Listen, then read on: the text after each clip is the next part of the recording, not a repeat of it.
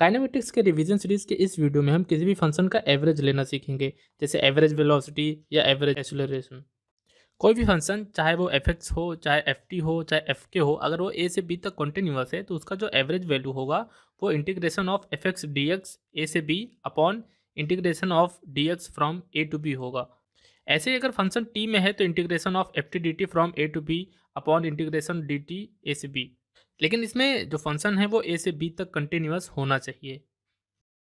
अगर कोई function F x A से बी तक एफ वन एक्स है और बी से सी तक एफ टू एक्स है, तो एवरेज ऑफ एफ एक्स निकालने के लिए हम integration of F one X from A to B plus integration of F two X from B to C upon integration of D X from A to C निकाल लेंगे, तो वो average of F X from A to C हो जाएगा।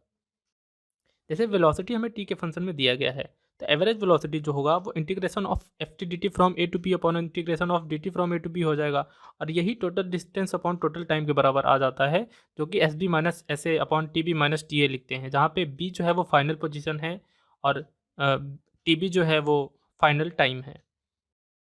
अभी तक हमने जितना भी डिस्कस करा उससे हमारे पास दो रिजल्ट आ चुके हैं। एक average velocity equal to total displacement upon total time, और एक average acceleration equal to V final minus V initial upon T final minus T initial, जहाँ पे वी फाइनल फाइनल वेलोसिटी है और वी इनिशियल इनिशियल वेलोसिटी है।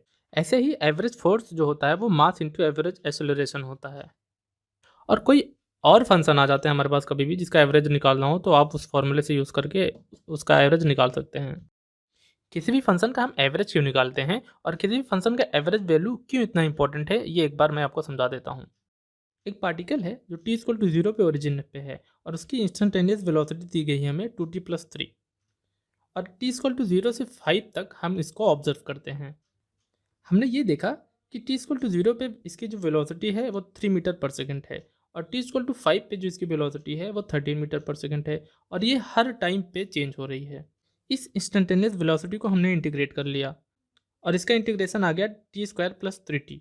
Integration constant कुछ भी नहीं है क्योंकि s equal to 0 at t equal to 0 हमें दिया गया है, तो हमें टोटल डिस्प्लेसमेंट मिल गया 40।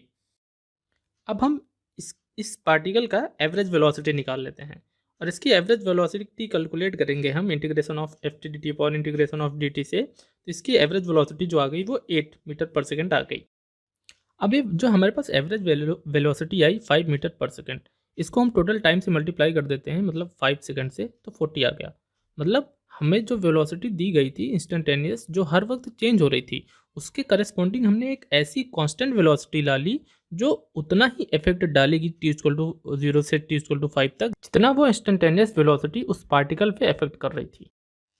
हमने अब तक जितना भी पढ़ा उसके बेसिस पे एक इलस्ट्रेशन कर लेते हैं।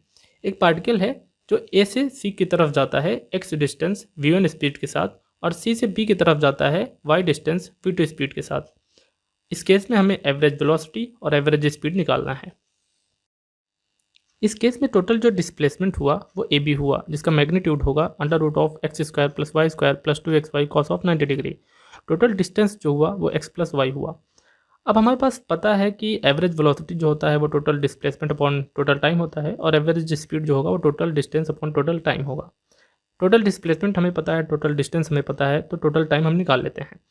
x1 डिस्टेंस जाते टाइम v1 स्पीड के साथ t1 टाइम लगा, और y डिस्टेंस t2 टाइम में v2 स्पीड के साथ जाने में लगा, तो इससे हमें t1 और t2 निकल आया। एवरेज वेलोसिटी में टोटल डिस्प्लेसमेंट और टोटल टाइम रख देंगे, और एवरेज स्पीड में total distance upon total time रख देंगे, तो इससे हमें एवरेज वेलोसिटी और एवरेज स्पीड दोनों आ जाएगा। इलस्ट्रेशन 2, किसी भी पार्टिकल के लिए हमें वेलोसिटी दी गई t इक्वल टू 0 से 5 तक 60² + 40 + 2, और t इक्वल टू 5 to 10 तक वेलोसिटी दी गई हमें v इक्वल टू 2t। हमें एवरेज वेलोसिटी निकालना है फ्रॉम t इक्वल टू 0 से t इक्वल टू 10 तक। हमने फॉर्मूले में देखा था कि किसी भी फंक्शन का अगर एवरेज निकालना होता है तो integration of F K D K, अगर फंक्शन के में है तो integration of F K D K from A to B plus integration of F K D K from B to C upon integration of T K from A to C. हमें यहाँ function T में दिया गया है तो हम integration F T में करेंगे, तो इंटीग्रेशन 60² + 40 + 2 dt करेंगे 0 से 5 तक, और इंटीग्रेशन ऑफ 2 dt करेंगे 5 से 10 तक, और उससे डिवाइड कर देंगे इंटीग्रेशन ऑफ dt फ्रॉम 0 से 10। 60² + 40 + 2 का इंटीग्रेशन जो आ जाएगा वो 2t³ + 2t² + 2t आ जाएगा, जिसकी हमें लोअर लिमिट 0 और अपर लिमिट 5 रखना है, और 2t का इंटीग्रेशन आ जाएगा टी स्क्वायर, जिसमें लोअर लिमिट 5 और अपर लिमिट 10 रखना है। नीचे dt का इंटीग्रेशन t आ जाएगा और इसमें लोअर लिमिट 0 और अपर लिमिट 10 रखना है। इसको कैलकुलेट करेंगे तो हमारे पास आंसर आ जाएगा 38.5। मतलब t=0 से लेकर t=10 तक जो एवरेज वेलोसिटी आई इस पार्टिकल की वो 38.5 आई।